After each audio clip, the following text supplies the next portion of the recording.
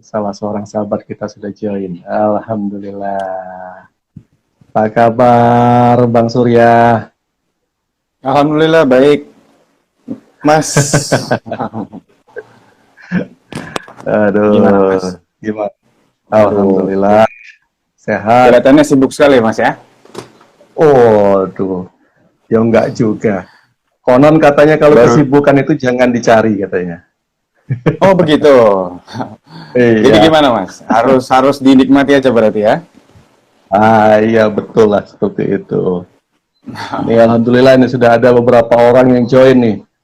Nah, ini ada Oke. siapa LB, ada abangku sendiri juga dari Palembang itu Bang Didi, ada mahasiswaku itu si Dikdoyo, ada Bu Novi ini itu konselor psikologi, ini ada Aiza Razak. Wah, alhamdulillah sudah lumayan ya.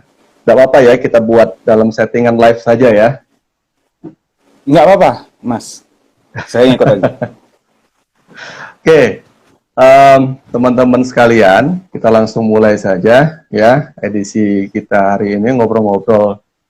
Kalau di ini sekalian di awal saya sampaikan ke Bang Surya ya, mohon izin nanti ini Iya, kita unggah di channel saya nggak apa-apa ya di YouTube ya, boleh, boleh, Mas, boleh. boleh ya. Boleh. Oke, jadi memang tagline di channel saya itu ada dua, yaitu ngoceh sama bincor. Nah, bincor itu Wow. fokusnya kita tentang bincang keolahragaan. Kalau ngoceh itu ngobrol receh. Nah, jadi ngobrolnya Ngobrol receh ringan-ringan itu. saja. Iya, kita nggak usah yang berat-berat. Yang berat-berat besok urusannya di seminar aja ya. Oh iya. Benar-benar, Mas, benar. Oke, ya, assalamualaikum warahmatullahi wabarakatuh. Selamat pagi, Waalaikumsalam. salam sejahtera untuk semuanya. Alhamdulillah kita hari ini sudah bisa kolaborasi bersama salah satu sahabat dari UNJ, Universitas Negeri Jakarta. Beliau ini salah seorang yang cukup hebat juga ya dalam dunia apa namanya dunia perbebanan ya, dunia latihan fisik ya. Ini Bang Surya Rezeki Sitompul ini ya. Saya juga harus banyak belajar nanti dari Bang Surya ini. Waduh, Dan waduh, enggak deh, Mas. kebetulan Seharusnya saya yang banyak belajar. Wow. Maaf, maaf, Mas ya. Bang Surya ini Hmm? Bang Surya ini juga lagi seneng ngulik tentang e-sport juga nih. Nah, ini kita mau coba ngoceh seputar e-sport lagi ya. Ngobrol receh seputar e-sport. Oke, Bang Surya, untuk prolog nih sebelum kita ke konten, ke inti. Uh-uh. Itu Bang Surya kan banyak aktif di dunia fisik nih, ya kan? Kok Benar, ngapain Mas ya. tertarik ngurusin itu juga ini kecanduan, kenapa ini Bang Surya?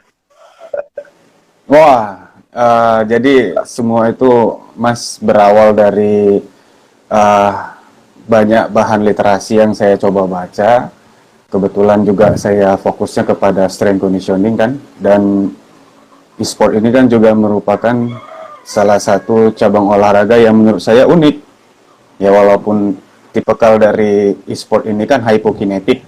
Nah, kebanyakan judgement sosial di masyarakat itu menyatakan bahwasanya e-sport ini bukan merupakan sebuah bagian olahraga yang berfaedah lah, kira-kira begitu. Nah, berbasis landasan keilmuan saya dan berkat juga dorongan dari para promotor dan kopromotor senior-senior saya, uh, bertepatan juga pada studi akhir saya. Ya mungkin saya nanti akan banyak belajar dari Pak Dokter lah, karena saya kan masih magister. Nah kebetulan ketertarikan itu bermuara pada satu hal yang saya anggap kita harus mencari keterbaruan dalam hasil riset kita. Dan banyak sudah literasi studi yang saya baca di jurnal-jurnal, baik itu jurnal nasional ataupun jurnal internasional. Nah, kebutuhan dari strength conditioning itu kan pada umumnya berada di uh, sport tradisional lah, kita bilang ya, Mas ya. Kalau bahasa kitanya sport tradisional atau bahasa umumnya itu olahraga yang pada umumnya, baik itu olahraga yang bersifat aerobik dan non aerobik. Nah, e-sport ini kan karena baru, karena dia itu baru dan menjadi sebuah warna dalam keolahragaan kita, makanya hal ini perlu diteliti karena basically di setiap hasil dari kajian-kajian keilmiahan kan ternyata di olahraga hipokinetik itu yang setidaknya memiliki basic dasar gerak yang kecil atau yang intensitas rendah, ternyata itu juga memiliki sebuah karya masterpiece dari strength conditioning.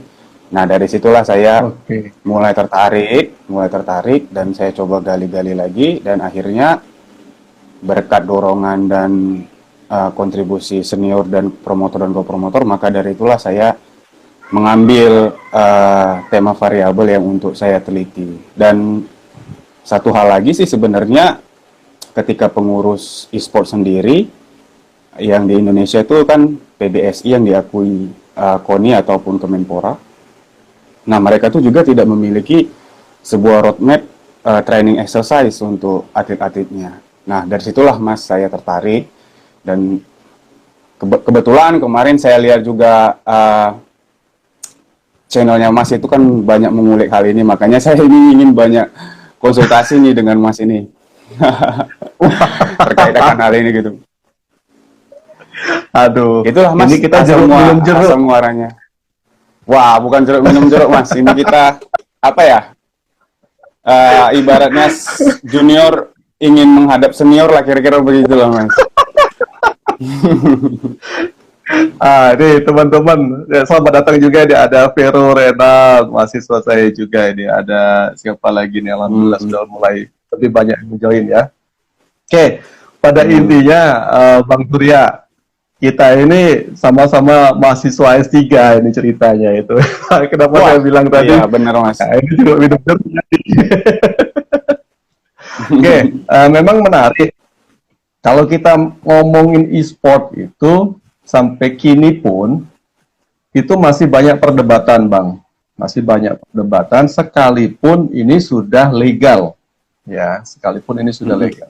Yang masih sayangkan itu memang, tidak hanya masyarakat awam atau masyarakat umum, namun teman-teman di lingkungan masyarakat kita saja, atau masyarakat olahraga, ya, itu masih senang berdebat tentang, ya boleh dibilang ya, kita boleh bilang karena masih ada perdebatan, olahraga baru ini gitu loh, e-sport ini.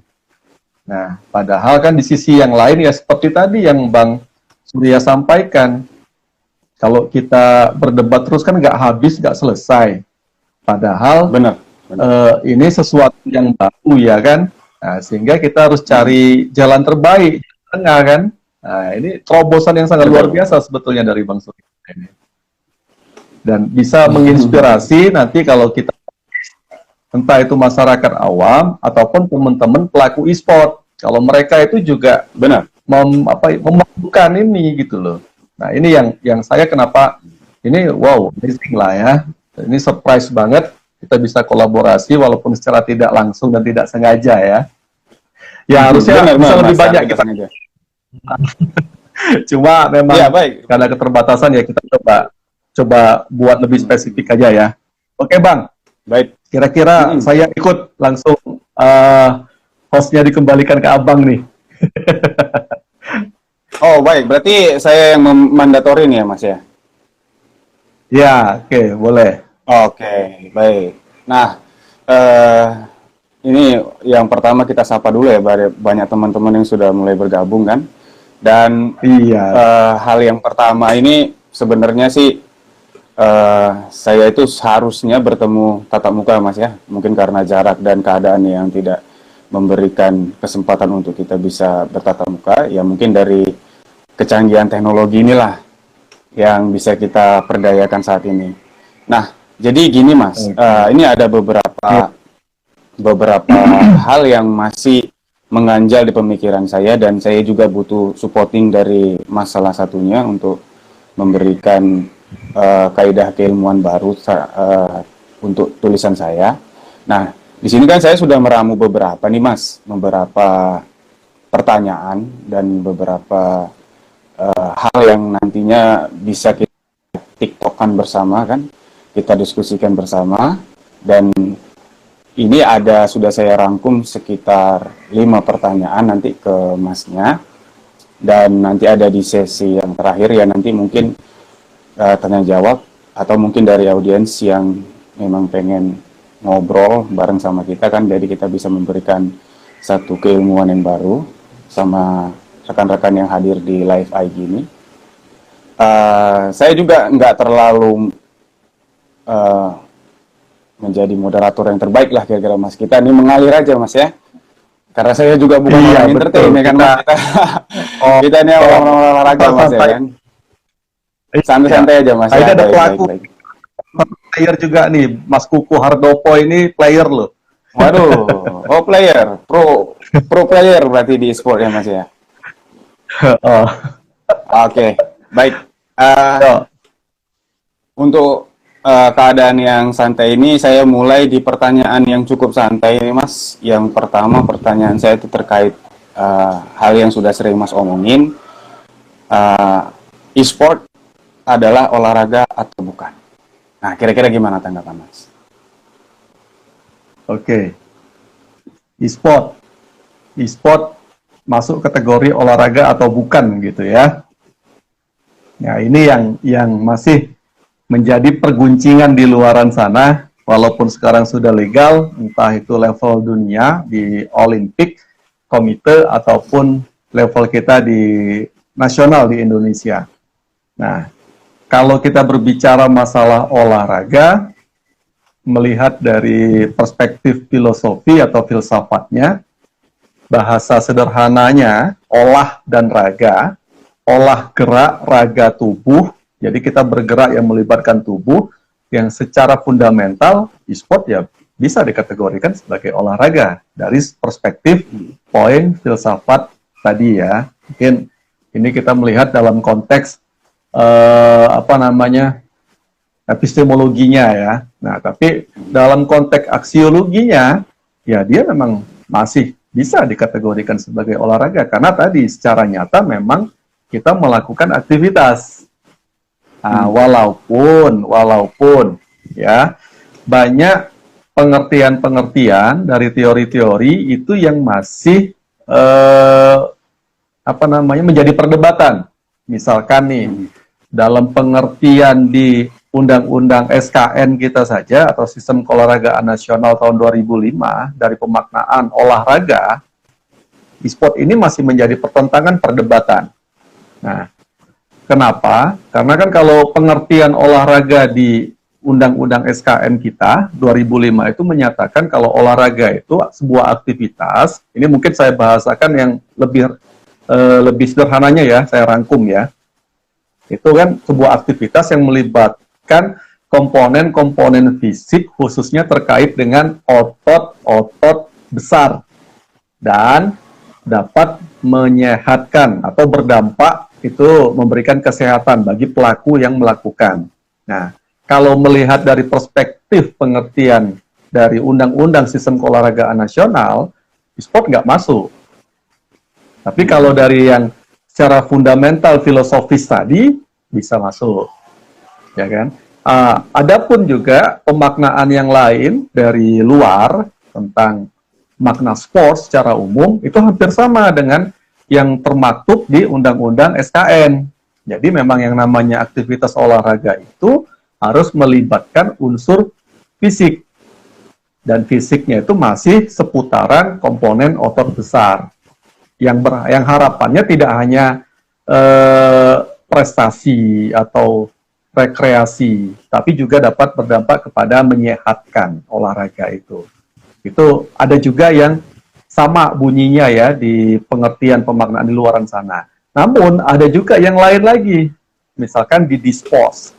Di dispors yang dari bahasa asli Prancis itu, pemaknaannya kalau saya simpulkan, intinya semua aktivitas yang dinyatakan sebagai olahraga itu adalah semua aktivitas yang diawali dari rasa senang, rasa suka, gembira, tanpa paksaan, dan sukarela, ya kan? Aktivitas itu dilakukan, entah itu melibatkan sekelompok otot besar, kecil, banyak, sedikit, dan lain sebagainya, close skill, open skill, ya kan?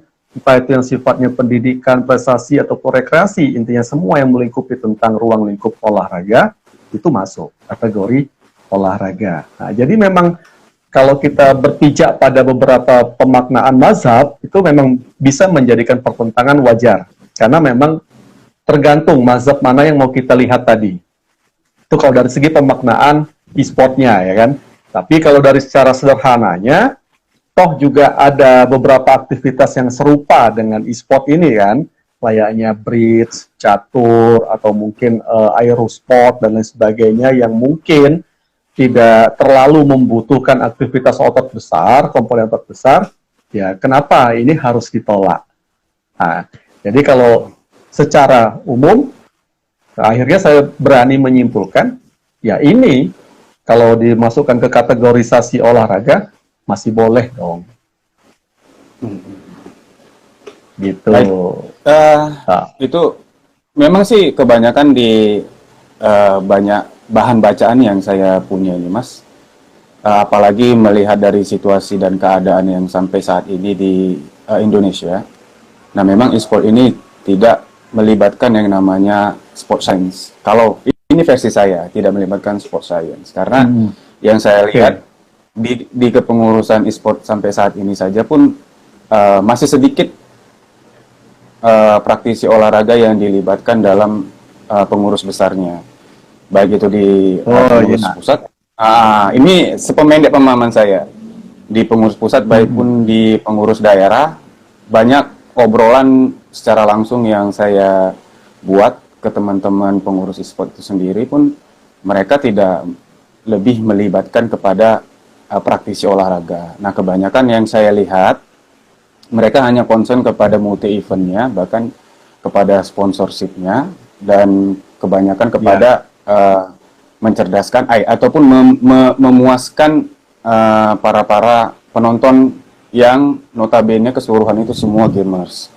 Nah, tapi kan kalau di olahraga sendiri yang seperti Mas katakan tadi, kalau kita berbicara tentang ontologi, epistemologi, dan aksiologinya kan semua itu harus ada yang namanya unsur sport science.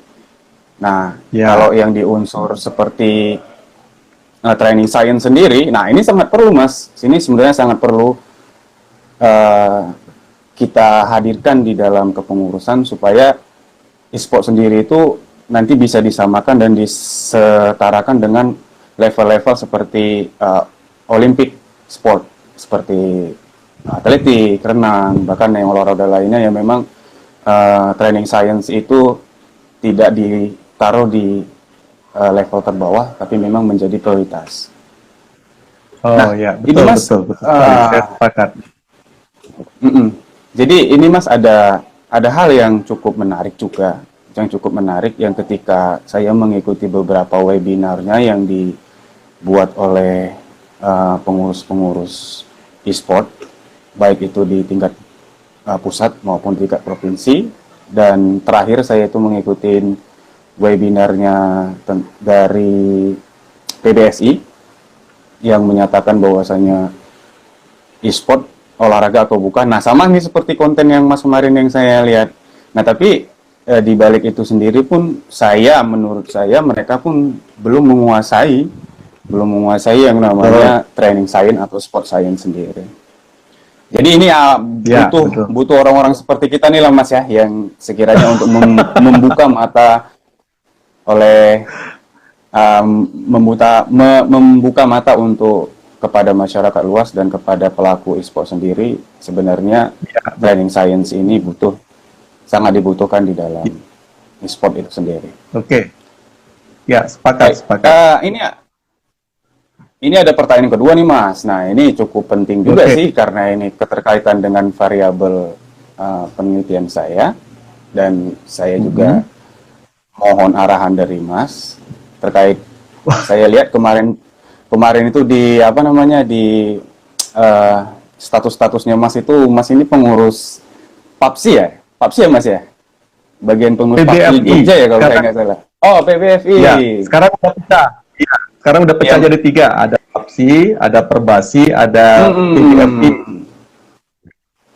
Dulu jadi 1, Mm-mm. 3 in 1. Dulu jadi Kalau 1, Mas. sekarang, Oh, 3 in iya, 1 jadi ya. pecah dia. Jadi 3 musketeer Waduh, sekarang. biasa. Iya, diskusi dan pertanyaan saya yang kedua ini Mas, itu sebenarnya menurut Mas sendiri yang sudah menjadi akademisi dan praktisi di olahraga, dan yang saya tahu Mas ini merupakan lecturer di Universitas Negeri Yogyakarta, dan saya yakin Ya. Mas juga setuju dengan apa yang saya katakan ini. Nah, kalau untuk poin pertanyaan kedua saya ini Mas, kira-kira menurut Mas ini seberapa pentingnya sih sebenarnya training science di dalam e-sport sendiri, Mas? Oh, oke. Ya, berapa pentingnya training science untuk e-sport ya. Nah, semoga ini nanti bisa dimaknai dengan cara positif dari teman-teman masyarakat e-sport di luaran sana ya. Jadi saya sangat setuju sebelum saya masuk ke konten yang disampaikan Bang Surya. Secara aksiologi saya kelupaan tadi menyampaikan, memang e-sport ini itu kan tergolong dalam kategori olahraga pada saat mereka menampilkan performanya atau bertanding itu secara kontekstual tidak menggunakan komponen fisik yang lebih berat ketimbang beberapa cabur umumnya. Namun, nah ini yang sudah saya pernah. Namun di belakang itu semua ada rentetan. Kenapa e-sport sebagai olahraga itu juga harus mendapatkan pendampingan terkait training science tadi yang disampaikan Bang Surya. Karena apa? E-sport ini kan dari beberapa pihak akhirnya bisa dikategorikan sebagai olahraga ketangkasan tuh. Ya kan? Nah, olahraga ketangkasan karena apa? Mereka ini tidak melibatkan banyak komponen otot atau banyak komponen fisik saat melakukan performa bertanding, tetapi menuju itu mereka membutuhkan asupan training science atau pendampingan training science yang tidak hanya sifatnya fisik, bahkan ke mental. Nah, itu makanya saya sangat tertarik dengan kajian Bang Surya itu karena itu juga. Memang ini dua kebutuhan dari teman-teman e-sport untuk latihan terkait dengan fisik maupun mental. Karena apa? Ada referensi dari pelatih kebugarannya e-sport di luaran sana di USA, si Jack Middleton, mungkin Surya juga sudah pernah lihat ya. Jadi memang Middleton ini juga mengemukakan senampaknya mereka pemain e-sport itu di lapangan itu seolah-olah memang hanya bermain game. Ya kan, karena medianya kan game, modalnya mereka itu bertanding kan game, ya kan, boleh dibilang kita bahasakan seperti itu. Nah, itu hanya main game. Padahal pada saat mereka bertanding itu banyak unsur-unsur yang terkait. Di antaranya stres berat, stres tinggi dari para pemain. Itu sangat berat. Nah, untuk pengendalian stres, salah satunya secara hormonal, mereka ini kan membutuhkan asupan endorfin yang banyak, dan mereka tidak mudah stres. Layaknya painkillernya kita ya, pada saat kita membutuhkan support atau morfin secara positif bahasanya ya, pada saat kita untuk menghalau stres tadi. Ya kan? Nah, untuk memunculkan itu pun, ya kita harus dilatari dengan tadi, diadaptasikan dengan bentuk latihan. Nah, ini yang tidak banyak orang bisa maknai. Ya, sehingga kalau kembali ke pertanyaan, apakah training science sangat dibutuhkan untuk teman-teman pelaku e-sport? Ya pastinya sangat dibutuhkan. Itu kalau pandangan saya, bahkan diperkuat dari salah satu referensi, ada beberapa referensi. salah satu referensi itu pelatih khusus memang untuk teman-teman pendamping e-sport beliau ini, baik secara fisik maupun mental. Nah, sisi yang lain memang di masyarakat awam itu begini Bang, mungkin bisa menjadi tambahan pencermatan Bang Surya. Di masyarakat awam itu kan teman-teman belum memilah antara internet, terus gadget, terus apa namanya game, terus kecanduan internet, kecanduan gadget, kecanduan game, saya lupa satu lagi. Intinya ada 4 poin kurang lebih. Nah, di mana kita ini harus dipisah kalau kita berbicara e-sport. Nah, e-sport yang keempat ini sendiri ya, e-sport itu sendiri. Ini harus dipilah dulu dong. Ya kan? Jangan sampai sekalipun nih, modanya teman-teman nge-game itu kan bisa dari internet, bisa dari smartphone-nya atau gadgetnya. Ya kan, bisa khususnya gamenya itu sendiri. Tapi kalau e-sport ini kan kita sudah berbicara goal, target. Pemain e-sport pasti ngejarnya prestasi, tidak hanya senang lagi. Ya kan. Tapi kalau gamer, dalam kutip gamer dari game, ya mereka berarti hanya fun-fun saja dong, untuk cari senang-senang saja dong. Tidak mutlak untuk atlet. Ya kan, nah, padahal kalau ke e-sport kita berbicara prestasi yang mereka arahnya ke atlet. Dengan latar belakang tadi yang disampaikan si Jack Middleton, ya kembali.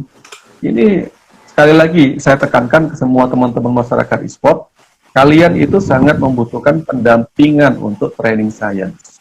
Karena itu yang sederhana tadi penjelasannya. Ya, kalian main dalam jangka waktu yang lama. Itu kalau tanding itu kan teman-teman e-sport itu kan duduk dengan berbagai posisi yang kita nggak tahu apakah posisi duduknya itu ergonomis atau tidak, ya kan? Itu juga rentan terhadap cedera lah kalau tidak didukung dari latihan, khususnya latihan fisik, ya mudah rentan cedera kita. Karena salah satu efek atau dampak dari latihan fisik itu kan otot kita jadi kualitasnya lebih bagus. Rangka kita kualitasnya akan jadi jauh lebih bagus, fokus kita akan jadi jauh lebih bagus, konsentrasi kita akan jadi jauh lebih bagus, terus manajemen emosional kita akan jadi jauh lebih bagus, dan lain sebagainya. Itu mungkin gambaran sederhananya. Oke. Ya, saya itu juga agak sepakat dengan apa yang Mas katakan, karena di pengurus internasional sendiri, khususnya di e-sport sendiri pun, bahkan doping itu juga sudah merupakan menjadi bagian daripada standar mereka untuk setiap atlet internasional. Bahkan di WADA sendiri, selaku World Association Doping International yang memang menaungi tes untuk setiap atlet profesional yang ingin terjun kepada pertandingan event yang skala besar. Dan di Indonesia sendiri ini saya belum tahu nih, dan kebetulan di sini kalau saya tidak salah ada adik saya yang sudah bergabung, Ilona Pratiwi. Kalau saya tidak salah dia sudah bergabung ini, Mas. Nah, beliau ini juga sudah merupakan dia bagian daripada Ladi. Nah, kemarin kita juga sudah ngobrol nih dengan beliau terkait dengan sebenarnya perlu nggak nanti atlet e-sport Indonesia dimasukin oleh Ladi, karena nanti kan kalau saya tidak salah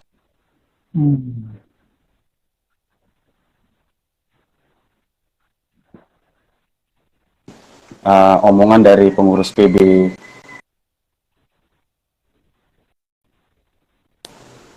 dan saya rasa nanti turun ke sana untuk melihat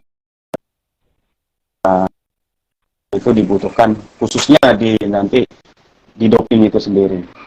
Nah, tadi itu Mas ada agak menarik yang Mas katakan tadi. Sebenarnya kan kalau yang saya katakan sport science itu kan bagian daripada long term development atlet ya Mas ya. LTDA Mas ya, kalau nggak salah tidak atau LTAD. LTDA Mas ya. Nah, jadi jadi setiap cabang olahraga profesional itu kan harus ada jenjang karir untuk atlet, nanti dia mungkin sampai advance nanti. Itu perlu yang namanya sejauh ini tadi Mas, seperti yang akan berulang lagi tadi, sampai sekarang khususnya di Indonesia belum memiliki training science yang cukup.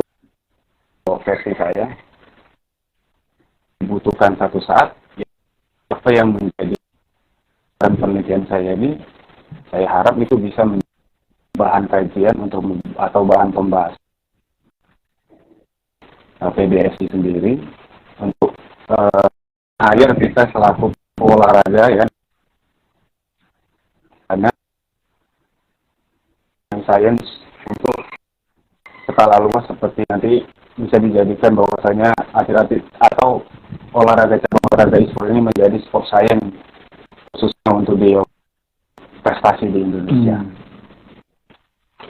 Berarti kalau Mas sendiri sangat sepakat ya, dan tidak ada bantahan bahwa training science itu sangat dibutuhkan untuk atlet e-sport. Oh iya, saya sangat sepakat sekali dalam perspektif proses menuju, ya, bukan performa pada saat bertanding. Proses menuju betul, itu kita sangat membutuhkan.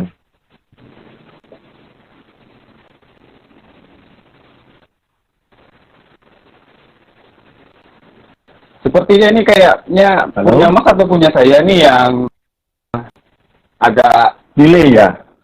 signalnya punyanya Mas ya? Agak delay gitu ya? Iya. Dia gimana gitu Mas? Penuh ini. Di tempat saya alhamdulillah penuh padahal. Ya Mas ya? Atau kalau punya saya tuh masih bagus sebenarnya. Kebetulan saya menangkap dari Bang Surya itu kadang agak putus-putus juga pembicaraannya, sama gambarnya juga di layar. Itu sedikit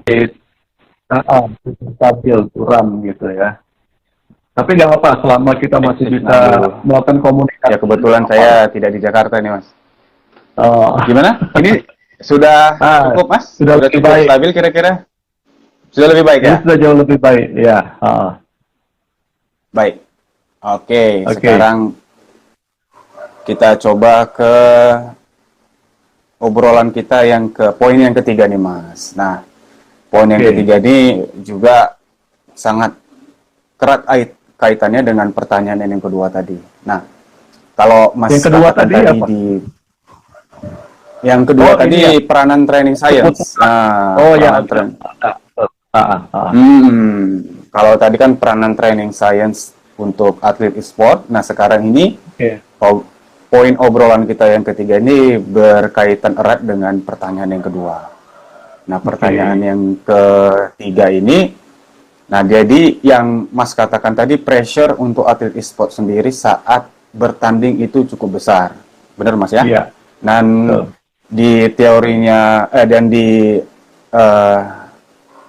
jurnal karya ilmiahnya Kari di tahun 2006, Kari ini menuliskan bahwasannya di revisi lanjutan di jurnalnya yang kedua itu menyatakan bahwasannya tekanan baik dari tekanan mental sendiri dan tekanan kardiovaskularnya saat si atlet ini bertanding itu hampir rata-rata 160 sampai 180 dpm.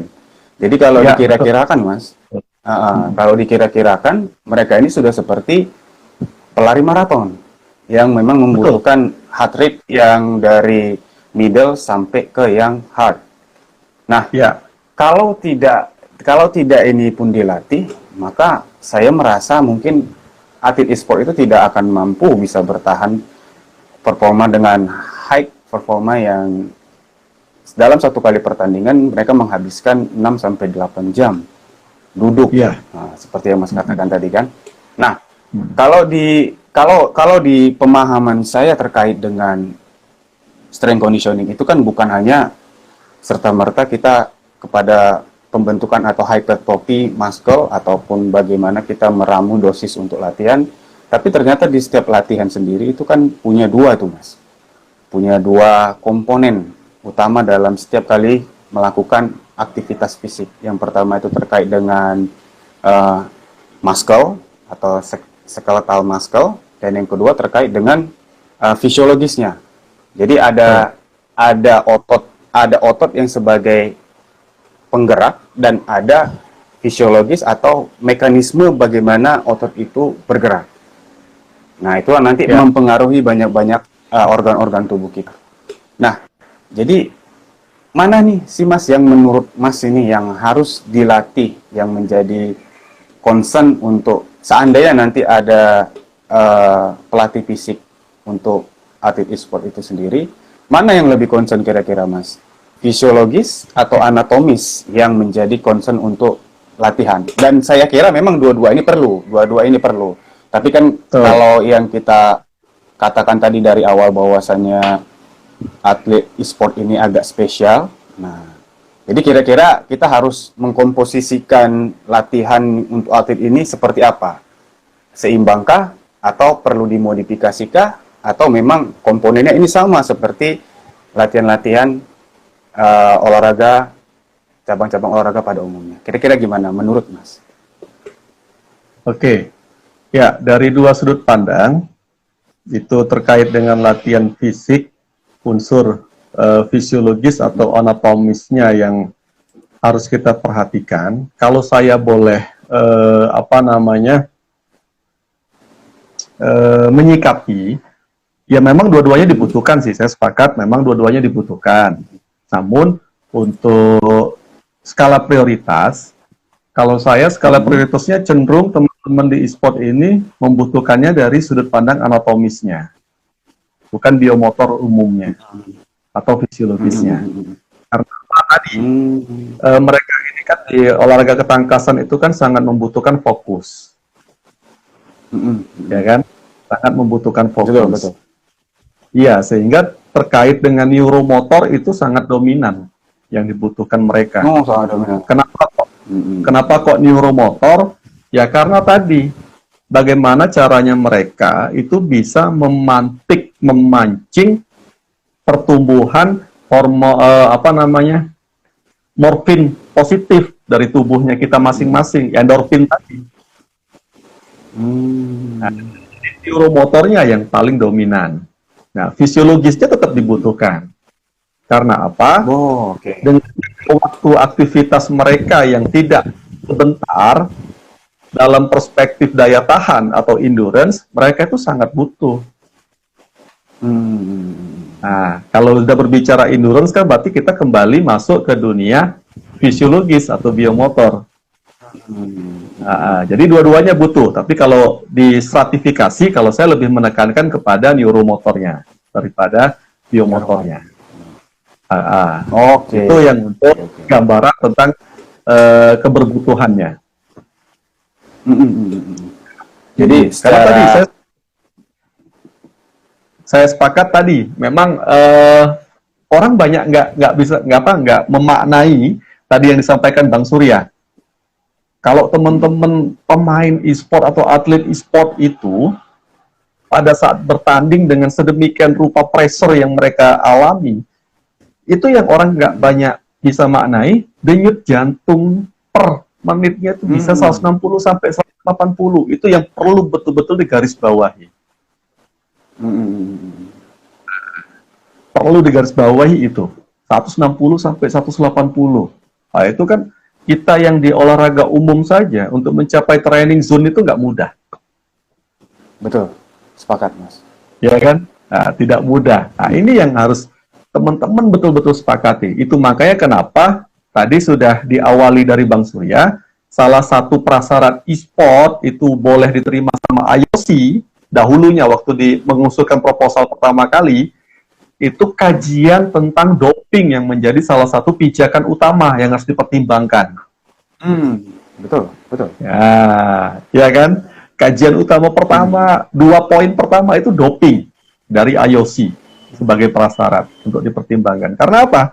Akhirnya, karena teman-teman pelaku e-sport itu belum memaknai secara khusus mendalam terkait keberbutuhan ini, terkait dengan latihan fisik atau sport science sebagai pendamping bagi mereka, itu mereka mengonsumsi beberapa asupan atau zat-zat yang bisa disinyalir sebagai doping.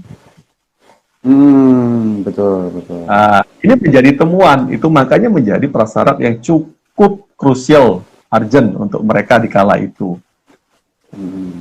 Mungkin gambarannya ya. Oke.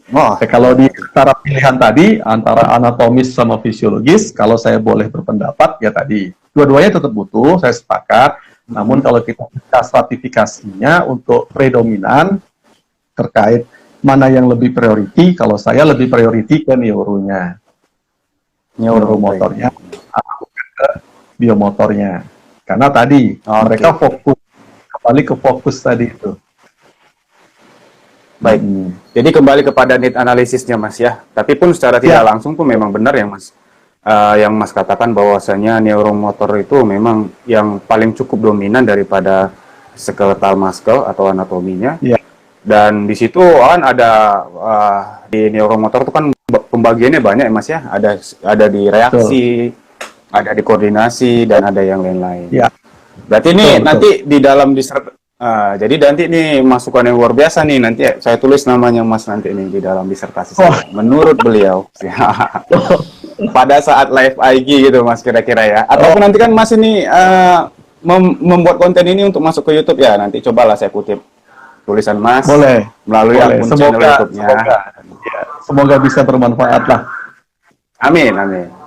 Baik Mas, ini cukup makin menarik sekali nih Mas. Berarti sudah tidak bisa dibantah lagi Mas ya, e-sport itu tidak bagian dari olahraga, karena tadi seperti di pembicaraan kita dari awal sampai akhir tadi, banyaklah komponen yang berpengaruh pada sportnya tradisional itu terhadap e-sport yang saat ini sedang berlangsung. Baik tadi dari training science, baik dari tadi doping, bahkan sampai ada cedera, bahkan sampai ada komponen bagaimana cedera yang dihadapi oleh atlet-atlet e-sport sendiri. Itu saya baca kemarin di tulisan-tulisan banyak di jurnal, itu banyak yang juga mengulik akan hal itu Mas. Oke, selanjutnya nih Mas, ini ke pertanyaan yang keberapa nih Mas? Saking enaknya kita ngobrol nih saya lupa nih. Kalau tidak salah pertanyaan keempat ya Mas ya? Keempat, Keempat, baik. Pertanyaan yang keempat ini sedikit agak lebih ringan sih dari pertanyaan-pertanyaan yang sebelumnya. Nah, kalau tadi kita ngomong terkait bagaimana sebenarnya konsep daripada dominan biomotor, baik itu dari fisiologis ataupun anatomis. Nah, ini kita kembali ke komponen yang agak kecil-kecilnya, Mas.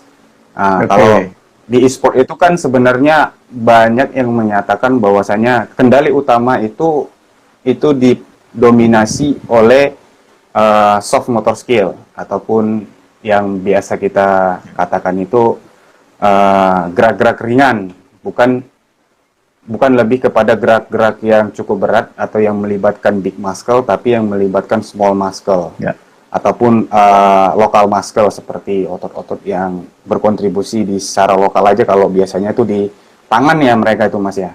Tapi kan secara tidak langsung ketika seorang itu duduk itu pun pasti ada otot dominan yang bekerja, seperti mungkin gluteus yang untuk bisa menopang tubuh bagian atas, dan banyak seperti otot bagian belakang atau otot punggung itu juga terkontraksi saat kita duduk, apalagi itu intensitas duduknya cukup lama.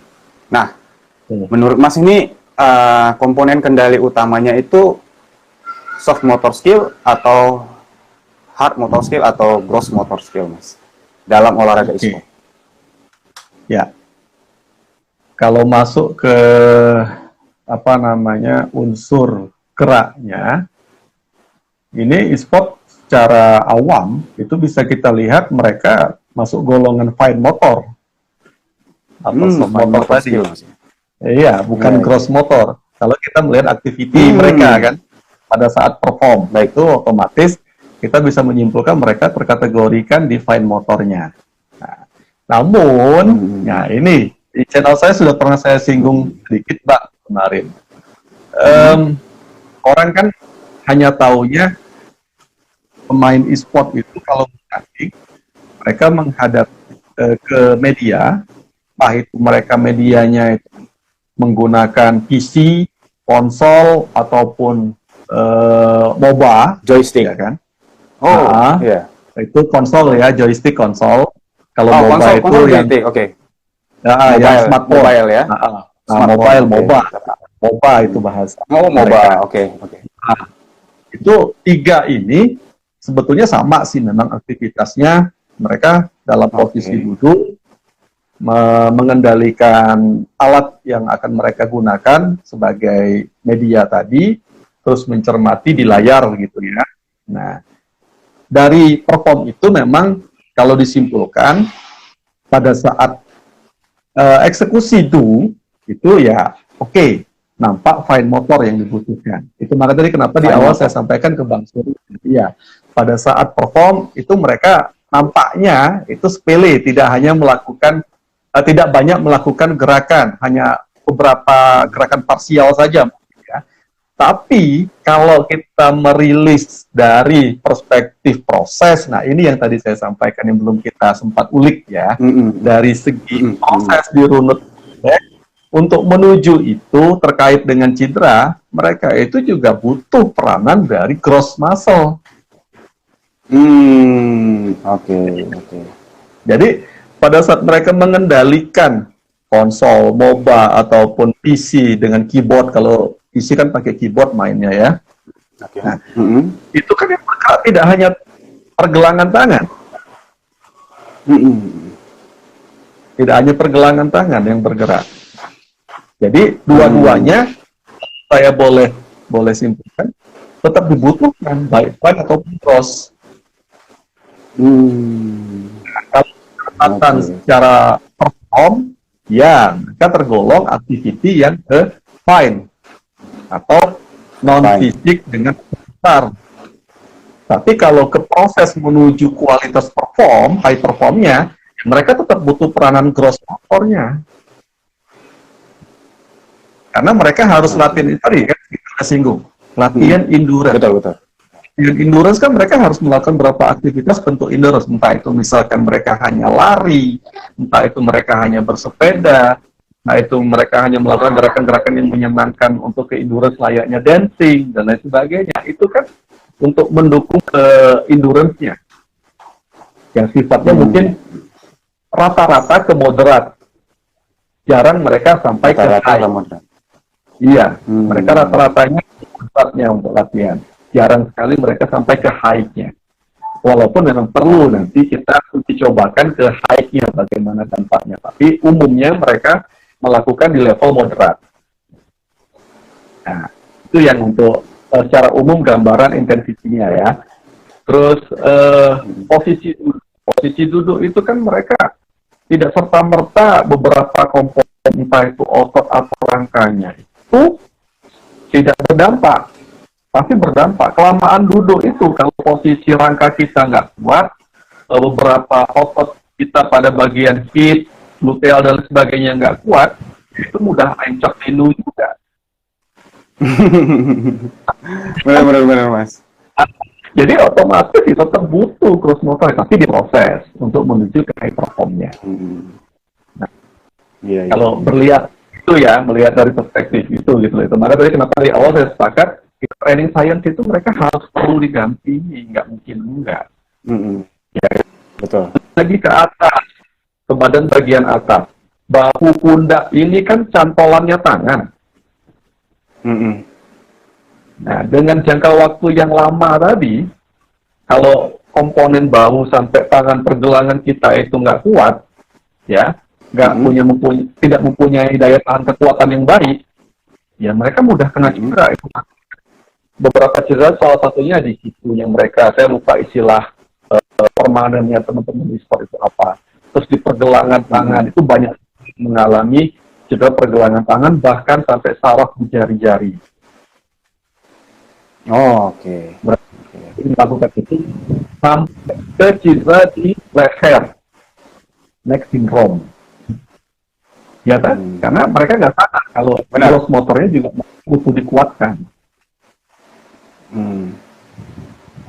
Benar-benar. Jadi kalau Jadi dari fine motor atau gross motor, kalau saya sepakat secara high perform mereka terkategorisasi pada saat bertanding, oke lah fine motor ya.